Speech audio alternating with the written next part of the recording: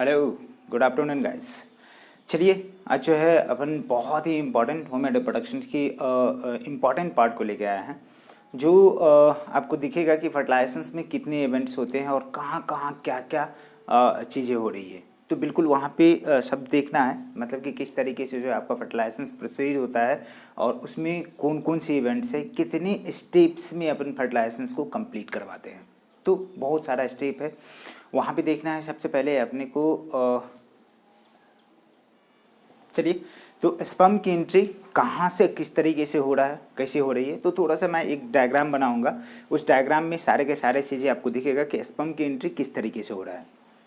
सबसे पहले तो आपको बात करना होगा कि भाई इसमें जो बैरियर होते हैं जो स्पर्म को ट्रैप करने की कोशिश करते हैं, आपको पता है कि मतलब कि अपन पहले भी बात कर चुके हैं, इंसेमिनेशन, इजैकुलेशन, ये सारे के सारे चीज़ें की बात कर चुके हैं। तो उसमें इंसेमिनेशन करने का मतलब होता है कि transfer of semen from male to female genital part. Male कहने का मतलब थ्रू द पेनिस, ठीक है। तो यहाँ पे इंसेमिनेशन करें।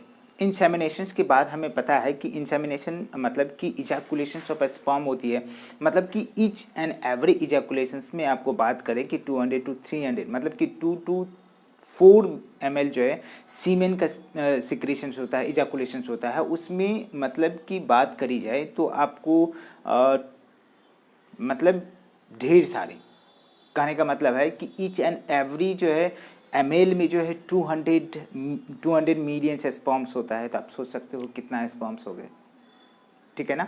मतलब कि एवरेज जो है मानी जाती है 2 to 3 ml जो है स्पर्म का इजैकुलेशन होता है, और प्रत्येक एमएल में 200 मिलियन जो है स्पर्म होते हैं। तो आप समझ सकते हो कि 600 मिलियन स्पर्म हो गए 3 ml में। तो कहने का मतलब क्या है कि इतने हो गए, लेकिन बहुत सारे सारे के सारे तो वहाँ पहुँच नहीं पाएंगे। तो वही उस बैरियर को अपन डिटरमाइन करने के लिए, बताने के लिए उसको करेंगे कि किस तरीके से ट्रैप होती है, कहाँ कहाँ पे स्पर्म की फेगोसाइटोसिस होती है और कहाँ पे डिजनरेट होता है, कहाँ पे उसकी रास्ता कहाँ की तरफ मुड़ जाता है। तो अप्रॉक्सीमेटली 100 ऑफ स्पर्म जो है ओवम के पास, ओसाइट के पास पहुँचते हैं, सेकेंडरी ओसाइट के पास पहुँचते हैं। तो किस तरीके से ट्रैप होती है और फर्टिलाइजेशन कैसे प्रोसीड होती है, आज मैं बहुत ही बेसिक सिनेरियो बताऊंगा और इम्पॉर्टेंट होगा आपका। तो यहाँ पे अपन बात करेंगे किसका, यहाँ पे फर्टिलाइजेशन की बात करेंगे।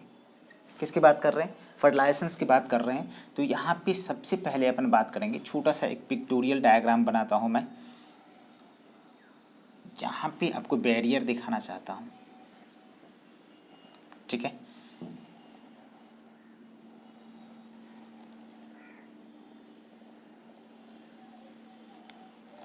दिख रहा है ना, चलो कोई बात नहीं।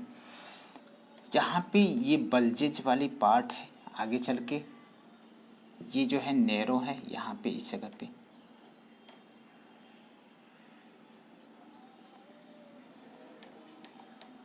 ठीक है। यहाँ पे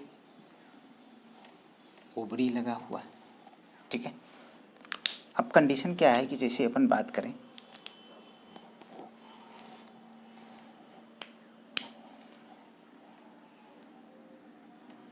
ये डबल फोल्ड होते हैं,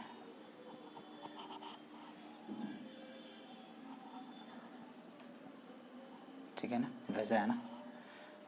और इस जगह पे अपन बात करें तो थोड़ा सा सर्विक्स के पास जो है ये प्रोट्रूड होते हैं और ये म्यूकस का प्लग होता है, ठीक है ना। मॉन्ट ऑफ सर्विक्स इसे बोलते हैं, mount of cervix. Thick mucus plug होता है, ठीक है ना। मान के चलो कि ये क्या है, वेजाइना है, और वेजाइना का पीएच जो होता है लगभग 3 to 5 होता है, अप्रॉक्सीमेटली 3 to 4, ठीक है ना, एवरेज में माना जाता है। तो यहाँ पे जो ये पोर्शन है, ये छोटा सा नेरो कंस्ट्रिक्टेड पोर्शंस होता है, इसको ऑस्टिया बोलते हैं, इसको ऑस्ट्रिया बोलते। और इस वाली पार्ट को, जो नेरो पार्ट है, इसको इस्थमस बोला जाता है, इस्थमस बोला जाता है। ये बल्जिस पार्ट है, एम्पुला इसको बोलते, ये इनफंडिबुलम है, ये फेमराय है, ये सारे के सारे बातें अपन कर चुके हैं। यहाँ पे अपने को बात करना क्या है कि जिस तरह से स्पर्म की एंट्री हुई, स्पर्म की एंट्री हुई वेजाइना के अंदर, और यहाँ पे इसकी पीएच इतनी ज़्यादा है, मतलब कि इतनी कम है, मतलब कि हाईली एसिडिक है, हाईली एसिडिक है, जिसकी वजह से कुछ स्पर्म जाएंगे, डिजनरेट हो जाएंगे। अब जैसे ही स्पर्म आगे की तरफ बढ़ते हैं तो यहाँ पे यूट्रस के यूटेराइन वॉल में भी यहाँ पे जो है इसमें भी कुछ कुछ ट्रैप होते हैं, ठीक है, ट्रैप होते। तो पहला ट्रैप तो यहाँ पे हुआ, यहाँ पे फर्स्ट जो है फर्स्ट बैरियर हो गया, सेकंड बैरियर हो गया कि इससे जो क्रॉस करने बहुत सारा स्पर्म यहाँ पे डिजनरेट हो जाते हैं, तो ये सेकंड बैरियर हो गया। और थर्ड बैरियर जो हो गया यूट्रस में भी क्या होते हैं कि यूट्रस के जो म्यूकस है, म्यूकोसा उसमें ट्रैप होकर के रह जाते हैं। फोर्थ बैरियर है आपका ये, और फिफ्थ बैरियर है आपका फैलोपियन ट्यूब। और यहाँ पे जैसे ही ओवम रिलीज हुआ तो यहाँ पे आए, लेकिन यहाँ पे आने के बाद आपको दिखेगा कि इस जगह पे एक और मेम्ब्रेन होता है इसका, जिसको जोना पेलोसिडा कहते हैं, और इसके ऊपर में कोरोना रेडियाटा होता, ठीक है ना, कोरोना रेडियाटा होता। तो ये फिफ्थ हो गया कोरोना रेडियाटा, जो सिक्स्थ हो गया, और जोना पेलोसिडा, जोना पेलोसिडा इसके सेवेंथ बैरियर हो गए। तो इसमें कितने बैरियर दिखे? 7। मतलब कि स्पर्म यहाँ से जाते जाते बहुत सारे स्पर्म जो है यहाँ पे आए तो ये कुछ रास्ते को भटक जाएंगे। मतलब कि ईच एंड एवरी मंथ जो है ईच ओवरी प्रोड्यूसेस एग, मतलब सेकेंडरी oocyte, ठीक है। तो oocyte कहीं और है, लेकिन रास्ता जो है कहीं और दिख गया उसको जाने के लिए, कहीं रास्ता और ढूंढ लिए। तो कहने का मतलब क्या है कि ये तो कुछ स्पर्म जो है अपने रास्ता जो है डेविएट हो गया, जिसकी वजह से यहाँ पे गए। मतलब कि पहला कंडीशन है कि यहाँ मतलब कि वेजाइना के अंदर जो है स्पर्म की डिग्रेडेशन होगा due to high acidic pH. ये माउंट ऑफ म्यूकस ये जो है जब मतलब कि समय आता है फर्टिलाइजेशंस का या क्वाइटस का, तो यहाँ पे ये जो है थिक जो म्यूकस था वो सीरस फिल्मेड हो जाता है, जिसकी वजह से स्पर्म की एंट्री थोड़ी सी इजीली हो जाती है। यहाँ पे आए तो इसकी म्यूकस में चिपक जाएंगे, यहाँ भी कुछ जो है ट्रैप हो जाएगा आपका स्पर्म, और जो है कुछ इधर जो है रास्ते भटक गए। अब रास्ता यहाँ पे आने के बाद जो है आपका क्या होता है कि इस जगह पे आपका स्पर्म जो आए, इस जगह पे आने के बाद जो है यहाँ इसमें क्या होता है कि मतलब कि फर्टिलाइजिन होता, एक केमिकल है फर्टिलाइजिन है, जो क्या है ग्लाइकोप्रोटीन है। क्या है जी? ग्लाइकोप्रोटीन है। ये एंटी फर्टिलाइजिन, और ये स्पर्म के पास होता है बेटा एंटी फर्टिलाइजिन। ये क्या है? एसिडिक प्रोटीन है। क्या है? एसिडिक प्रोटीन है। इस दोनों में केमिकली अट्रैक्शन होता है, जिसके वजह से कुछ स्पर्म जो है यहाँ से आकर के मूव करने लगता है। तो कंडीशन क्या है? बेसिकली हमने 7 बैरियर देखा जो क्या करता है, स्पर्म को वहाँ तक सेकेंडरी oocyte तक पहुँचने में बाधा डालते हैं। तो ये बाधाएं को तोड़ते हुए जो डोमिनेंट प्रोमिनेटिंग मतलब कि स्पर्म है वो क्या करते हैं स्पर्धा में, मतलब कि कंपटीशन में क्या होते हैं, जीतते हैं, ठीक है ना। तो मतलब कि we are a luckily born, मतलब इसी से आपको समझ में आता है कि यहाँ से हमने क्या किया कि लगभग अप्रॉक्स मानो तो 3 मिलियन जो है स्पर्म जो गए सीमेन में, ठीक है ना, गए। और कंडीशन क्या है कि यहाँ पहुँचते पहुँचते कितने स्पर्म बचे, तो मान के चलो बहुत, तो हम बात करेंगे कि 300 sperms reach to the secondary oocyte। Secondary oocyte के पास कितने? 300, ओनली 300 स्पर्म्स रिच, वहाँ पे 300 स्पर्म जो है उस जगह पर पहुँचे। अब कंडीशन क्या है कि जितने भी बात अपन करें, ये तो बैरियर की बात करें, अब जो है इस फर्टिलाइजेशंस की स्टेप को अपन बात करेंगे कि कौन कौन सा स्टेप होता है जो फर्टिलाइजेशंस में हमें क्या करते हैं, मदद करते हैं। तो सबसे पहला स्टेप को मैंने डील कर दिया है, जो कैपेसिटेशन ऑफ स्पर्म की बात करते हैं। तो स्पर्म क्या होते हैं, कैपेसिटेट होते हैं। कहने का मतलब क्या है कि ये कहाँ पे होती है, ये प्रोसेस आपका फीमेल रिप्रोडक्टिव ट्रैक्ट में होता है। इसका क्या कंडीशन है कि क्यों वहाँ पे होता है, कैसे होता है। तो फीमेल रिप्रोडक्टिव ट्रैक्ट के कंडीशन में ये जैसे ही स्पर्म की एंट्री होती है, तो जो भी उसके ग्लाइकोप्रोटीन और कोलेस्ट्रॉल है, सारे के सारे कोलेस्ट्रॉल का क्या होता है, डिग्रेडेशन होता है। दैट मीन्स कि क्या होती है कि जो स्पर्म का हेड है वो जो है एक कवरिंग से, एक क्रॉन से जो है ढका हुआ रहता है, एक कवरिंग से ढका रहता है कोलेस्ट्रॉल से। कोलेस्ट्रॉल जो है मेम्ब्रेन स्टेबलाइजर है, ठीक है ना। मतलब कि मेम्ब्रेन की स्टेबिलिटी प्रोवाइड, आप सेल में देख लिए हो, सेल मेम्ब्रेन पढ़े होंगे, तो वहाँ पे आपको दिखता होगा कि cholesterol is responsible for the provide stability to the cell membrane, structure to the cell membrane. तो यही सेल मेम्ब्रेन को ये करता है। तो हमको करना क्या है कि यहाँ पे सबसे पहले डीस्टेबलाइज करना है cell membrane of the sperm. Sperm के मेम्ब्रेन को क्या करना है, डीस्टेबलाइज करना है। तो डीस्टेबलाइज करने के लिए हमें बहुत सारा चीज़ करना पड़ेगा। और क्या क्या करना पड़ेगा, कौन कौन सा स्टेप आपका जो इन्वॉल्व होता है फर्टिलाइजेशन के कंडीशन में, उसकी सारी स्टेप की अपन बात करेंगे। चलिए इतना नोट डाउन करिए। चलिए यहाँ पे अब बात करेंगे क्या कि किस तरीके से फर्टिलाइजेशन आपकी होगी। ये तो बैरियर की अपन बात करके कितने स्पर्म सेकेंडरी oocyte के पास पहुँचते हैं। अब पहुँचे हुए स्पर्म क्या क्या करते हैं, किस तरीके से फर्टिलाइजेशन को आगे की तरफ बढ़ाते हैं, उस सारे के सारे स्टेप की अपन बात करेंगे। तो सबसे पहले अपन बात करेंगे कि यहाँ फर्टिलाइजेशन में क्या होती है, कैपेसिटेशन होता है। क्या क्या स्टेप है, स्टेप्स ऑफ फर्टिलाइजेशन, कौन कौन सा स्टेप है फर्टिलाइजेशन का, तो एक एक करके अपन बात करेंगे। दिखता क्या, ठीक है। यहाँ पे पहला स्टेप है कैपेसिटेशन, दूसरा स्टेप है एंटी फर्टिलाइजिंग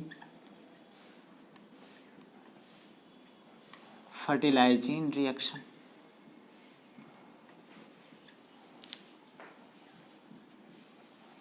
ठीक है। तीसरा है एक्रोजोमल रिएक्शन, RXN मतलब रिएक्शन समझना, ठीक है। चौथा स्टेप है, फोर्थ स्टेप क्या है आपका, कॉर्टिकल रिएक्शन। फिफ्थ स्टेप है आपका जॉना रिएक्शन। सिक्स्थ स्टेप है स्पर्म की एंट्री, स्पर्म एंट्री। सेवेंथ है सिंगेमी, और सिंगेमी के दो स्टेप है, एक तो है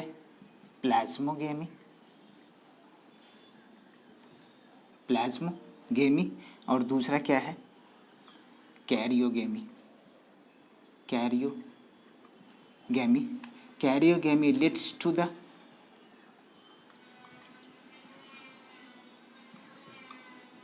fusion of two set of chromosome, that is amphimixis. It leads to formation of zygote। तो 2n बन गए। बेसिक सिनेरियो है, इस सिनेरियो को आपको दिमाग में एकदम एज यूजुअली बना के रखना है। मतलब कि हमने कहा कि स्पर्म जो है, अपन देखें कि एक इजैकुलेशंस में 2 से 4 ml, एवरेज कितना 2 से 3 ml जो है स्पर्म की क्या होता है, इजैकुलेशंस होता है, इंसेमिनेशंस होता है। इंसेमिनेशन का मतलब पेनिस के द्वारा जो है फीमेल के रिप्रोडक्टिव ट्रैक्ट, दैट मीन्स की वेजाइना में सीमेन का डिपोजिशन करना, क्या है इंसेमिनेशन। वहाँ पे इंसेमिनेशन हुआ, उसमें ईच ml में कंडीशन क्या है कि 200 to 200 मिलियन जो है स्पर्म है उसके अंदर। तो टोटल हमने 3 स्पर्म यदि काउंट करें तो 600 600 मिलियन स्पर्म हो गया। अब उसमें बहुत सारे हमें बैरियर 7 बैरियर मिला, जिसमें क्या होता है कि आपका टोटल का टोटल जो है मतलब कि maximum majority of the sperm are degenerated, destroy, मतलब बहुत सारे स्पर्म क्या हो गए, डिजनरेट कर गए, डिस्ट्रॉय कर गया, ख़त्म हो गया। अब कंडीशन क्या है कि वो डिजनरेट कर गए, तो अब क्राइटेरिया है कि कब कितने डिजनरेट कर गए, ऑलमोस्ट सारे ख़त्म हो गए, लगभग 300, मतलब कि मान के चलो कि हमने 300 मिलियन स्पर्म्स लिया, मान के चलो एवरेज 300 मिलियन स्पर्म लेके गए, तो हमने क्या कहा कि वहाँ पे पहुँचते पहुँचते हमको कितना बचा, 300 स्पर्म्स बना, ओनली 3 मिलियंस में से कितना बचा, 300 स्पर्म। उस स्पर्म की अब जो फेनामेना होती है वो सेकेंडरी oocyte से जा करके मिलते हैं और फर्टिलाइजेशंस करते हैं। फर्टिलाइजेशंस करने का मतलब है कि fusion of male and female gamete. क्या होता है, fusion of male and female gamete is known as क्या, फर्टिलाइजेशंस। तो अब तो बेसिक बात तो पहले से ही करते हैं, लेकिन इस फर्टिलाइजेशंस को करने में कितने समय लगते हैं ये सबसे बड़े इंपॉर्टेंट है, और कौन कौन से स्टेप पार्टिसिपेट करते हैं, क्या क्या रिएक्शन उसमें होती है, ये इंपॉर्टेंट है, बहुत ही क्रूशियल इवेंट है। इसको समझना, दैट मीन्स कि आप oogenesis को समझने के बाद, मतलब कि oogenesis एक लिटिल बिट थोड़ा सा कम्प्लेक्स है, अभी तक oogenesis आपका चल ही रहा है, oogenesis कंप्लीट नहीं हुआ, oogenesis अरेस्टेड है, ठीक है ना, मेटाफेज 2 में, ठीक है। तो आपका फर्टिलाइजेशन एंड oogenesis साइमल्टेनियसली चल रहा है बाबू, ठीक है ना। थोड़ा सा एम्फीमेक्सिस की बात करते हैं, कैरियोकाइनेसिस, कैरियोगैमी की बात करते हैं, सिंगैमी की बात करते हैं, तो थोड़ा सा फर्टिलाइजेशन ऑल्सो नोन एज क्या, सिंगैमी। तो यहाँ पे चलिए, यहाँ थोड़ा थोड़ा मैं इसके बारे में बात करूँगा कि फर्टिलाइजेशन जो सबसे पहले देखने वाले, fertilisation is a fusion of male and female gamete, ये हो गया fertilisations. Fertilisation first of all observed by Oscar Hertwig in egg of sea urchin. Sea urchin की एग में सबसे पहले ऑस्कर हार्टविग नाम के साइंटिस्ट ने ऑब्जर्व किया, ठीक है। इसमें अपन बात कर रहे हैं पहला कंडीशन का, कैपेसिटेशंस की बात करते हैं। तो कैपेसिटेशंस का ऑलमोस्ट बात कर चुके हैं, थोड़ी थोड़ी लिटिल बिट जो अपन बात करेंगे कि इसमें क्या क्या होता है। तो चलो थोड़ा सा हेडिंग बनाओ। तो क्या क्या स्टेप आपका हो गया कि आप एक कोड बना सकते हो, कोका एंड कोला, ठीक है ना,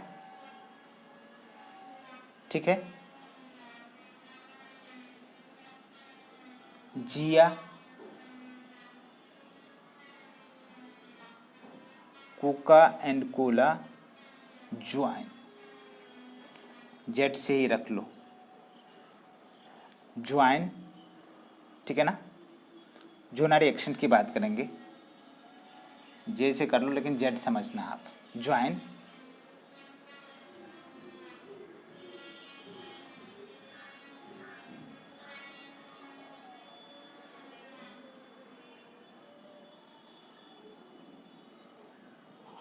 ज्वाइन शादी ऑफ सुनीता,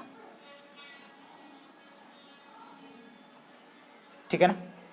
यहाँ पे आप क्या, इसका कहने का मतलब कैपेसिटेशन, ये कहने का मतलब anti fertilising fertilising reaction, Cola मतलब कि यहाँ पे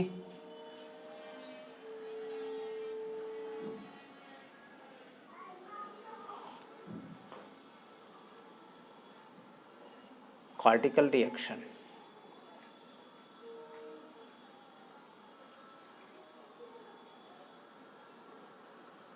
ठीक है। चलिए आप कोडिंग कर लीजिए, चलेगा, ठीक है, कोडिंग करिए। एक कोड मेरे ख्याल से यहाँ पे छूट रहा है, जो एक्रोसोमल रिएक्शंस है, एंटी फर्टिलाइजिंग फर्टिलाइजिंग ये जो स्टेप है बाबू ये इसी का है, ठीक है ना, कैपेसिटेशन के बाद का स्टेप है।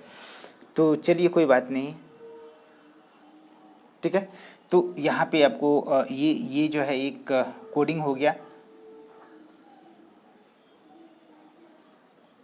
ठीक है ना।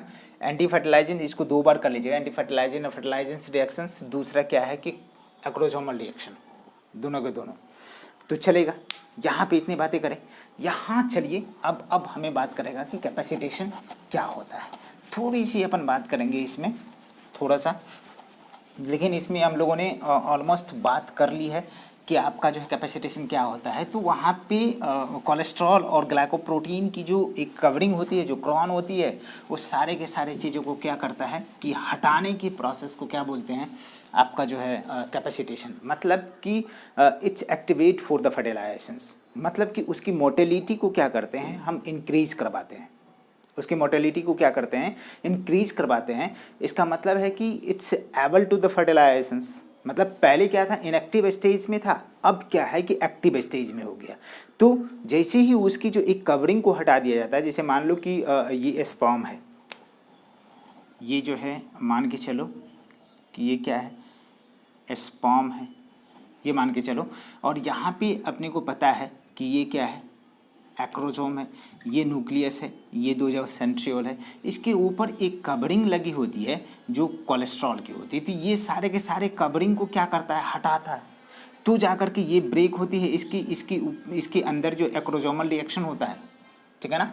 एंटी फर्टिलाइजिंग फर्टिलाइजेंस रिएक्शंस तो है ही, मतलब कि इसके बाद जो है अपन बात करते हैं एक्रोसोमल रिएक्शंस। तो यहाँ पे क्या होता है कि इसके एक्रोसोम जो है फटते हैं, और फटने के बाद जो है एक्रोसोमल एंजाइम रिलीज होता है। जो एंजाइम के लिए अपन बात करेंगे, 3 तरह का एंजाइम है, वहाँ पे भी एक कोड जनरेट करें हमने, अ ह्यूमन कैन अप्लाई। क्या ये जो प्रोसेस सब हो रहा है ये ह्यूमन बीइंग में अप्लाई होता है, मतलब कि हर जीव में अप्लाई होती है, लेकिन अपने को कोड बताया कि एक्रोसोमल एंजाइम की बात करते हैं। एक्रोसोमल एंजाइम यहाँ पे हाइलुरोनिक एसिड नहीं, हाइलुरोनिडेज एंजाइम। फिर अपन बात करते हैं कोरोना पेनिट्रेटिंग एंजाइम की बात करते हैं, यहाँ पे एक्रोसिन की बात करते हैं, ठीक है। तो कंडीशन क्या है कि ये सारे के सारे एंजाइम यहाँ से रिलीज होती है, तो क्या करता है कि एक की जो भी मेम्ब्रेन है उसको डिसॉल्व करने की कोशिश करता है। तो बहुत ही सिंपल मैकेनिज्म है, अपन बात करेंगे तो थोड़ा सा इसको देख लीजिए और नेक्स्ट स्टेप अपन करते हैं।